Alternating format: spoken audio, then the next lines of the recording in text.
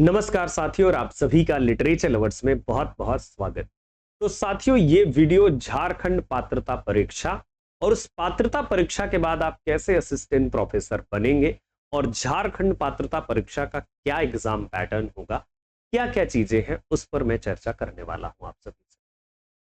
तो साथियों, अगर आप इस चैनल पर नए हैं तो प्लीज चैनल को सब्सक्राइब कीजिएगा, बेल आइकन को प्रेस कीजिएगा, ऑल नोटिफिकेशन टर्न ऑन कर लीजिएगा। गाइज, हम लोग आपको इंग्लिश लिटरेचर की क्लासेस डिफरेंट एग्जाम्स की प्रोवाइड करते हैं। TGT, PGT, UGC net, assistant professor, set exam जैसे आपके स्टेट का झारखंड पात्रता परीक्षा एग्जाम है, उसके लिए वो सारी चीजें आपको लिटरेचर लवर्स ऐप पर मिल जाती है। तो ऐप इंस्टॉल करें और अगर आपकी कोई क्वेरी है तो डेफिनेटली इन नंबर्स पर हमें मैसेज करें।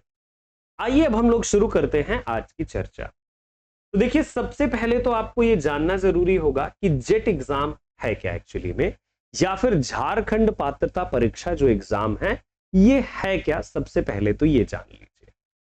देखिए, जेपीएससी एक एग्जाम करवाने वाली है और यह है झारखंड पात्रता परीक्षा। नेट एग्जाम के बारे में आपने सुना होगा।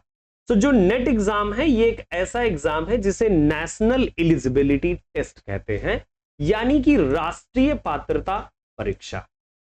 और इसी तरह से अलग अलग स्टेट जो है अपने स्टेट में सेट एग्जाम कराते हैं, इसे बोलते हैं स्टेट एलिजिबिलिटी टेस्ट।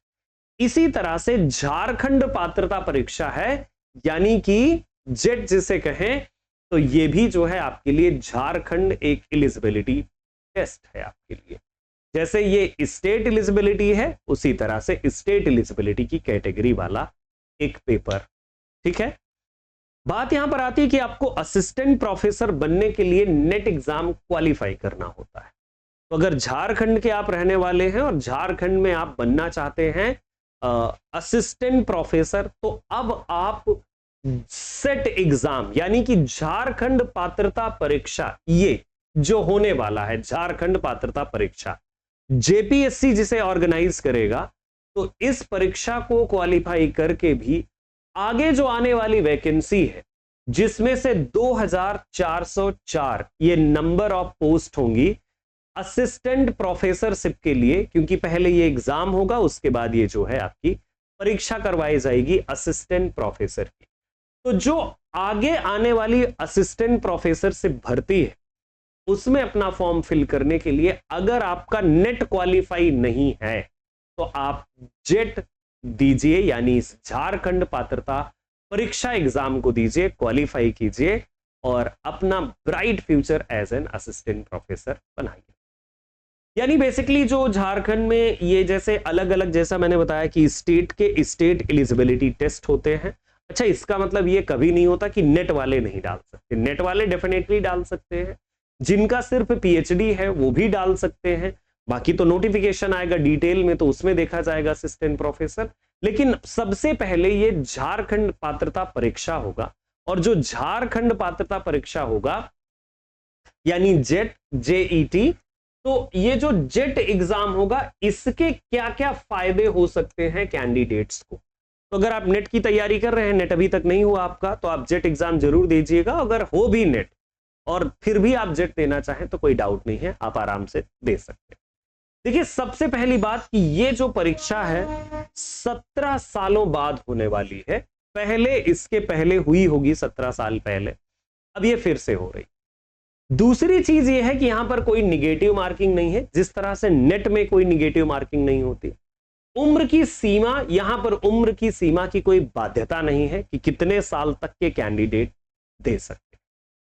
इसके अलावा बात आती है कि एग्जाम पैटर्न और क्या क्या फायदे हो सकते हैं इस एग्जाम को देने के।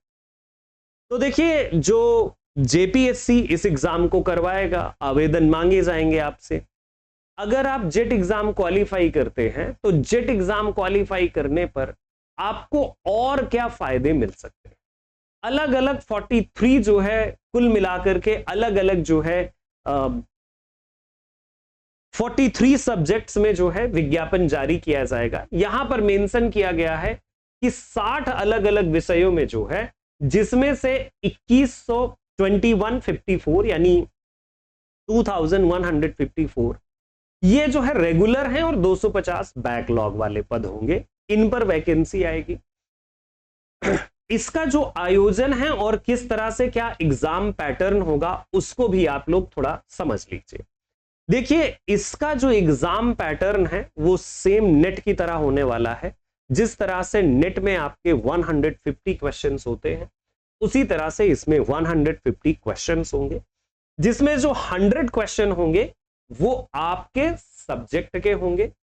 100 जो क्वेश्चन होंगे वो आपके सब्जेक्ट के होंगे और 100 जो 50 क्वेश्चन होंगे वो आपके जीके जीएस, जिस तरह से मतलब बोले तो जनरल पेपर जैसे यूजीसी नेट में होता है, तो सेम उसी तरह से नो निगेटिव मार्किंग, यानी अगर पूरा पेपर है तो 300 मार्क्स का पेपर है, जिसमें से आपको जो 100 जो अगर टोटल नंबर ऑफ क्वेश्चंस देखें तो टोटल नंबर ऑफ क्वेश्चन 150 आपको मिलने वाले हैं।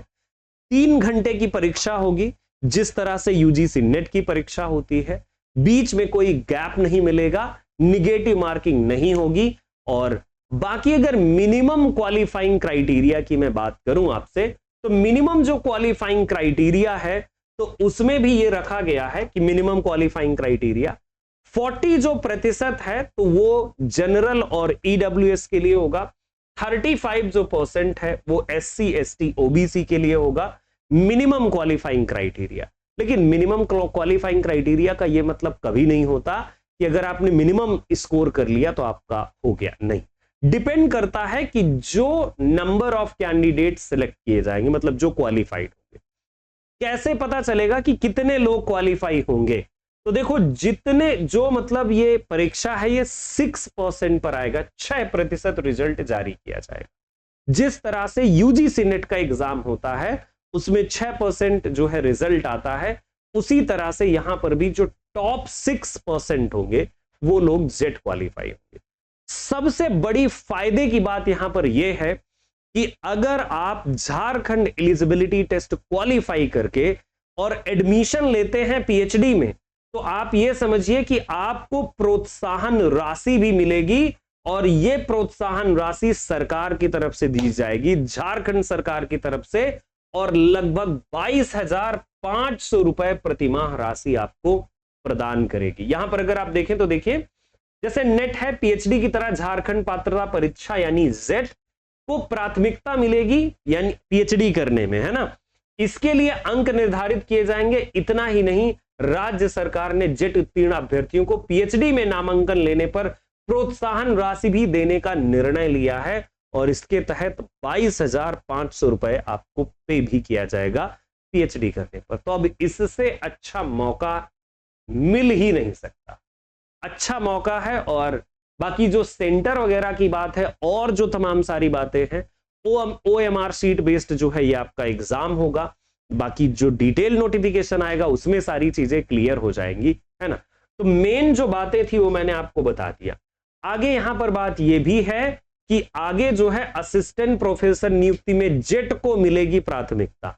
जो लोग झारखंड एलिजिबिलिटी टेस्ट क्वालिफाई होंगे उन लोगों को प्रायोरिटी दी जाएगी। तो ये बहुत अच्छी बात है झारखंड के विद्यार्थियों के लिए। तो बस फिर अब क्या है, तैयारी में लग जाइए।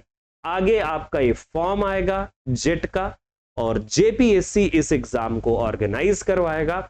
यहां पर आपकी जानकारी के लिए अंतिम बात मैं बताना चाहूंगा कि अगर आप नेट की तैयारी कर रहे थे तो बहुत अच्छी बात है, आपको इस एग्जाम में पार्टिसिपेट जरूर करना चाहिए। लेकिन अगर आप नहीं भी कर रहे थे तो मेरा यहां पर आपके लिए संदेश है कि डेफिनेटली कीजिएगा। क्या फायदा मिलेगा इससे?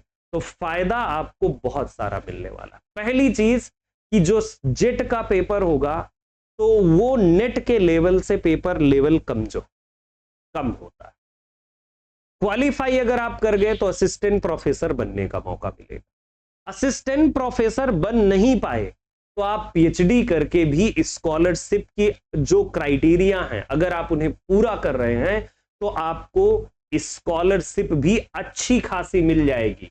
इसलिए ये सभी विद्यार्थी जो इंग्लिश लिटरेचर के हैं उनके साथ ये शेयर कीजिए, उनको बताइए कि वो ये जरूर करें। क्योंकि देखिए, अगर आपको इतना मतलब 22,500 रुपए अगर आपको पर मंथ मिलता है, तो आप अपने आप को सपोर्ट करके कोई भी प्रिपरेशन कर सकते हैं अच्छे से। ठीक है, तो ये आपके लिए बहुत अच्छा एक गोल्डन चांस होगा, गोल्डन अपॉर्चुनिटी होगी।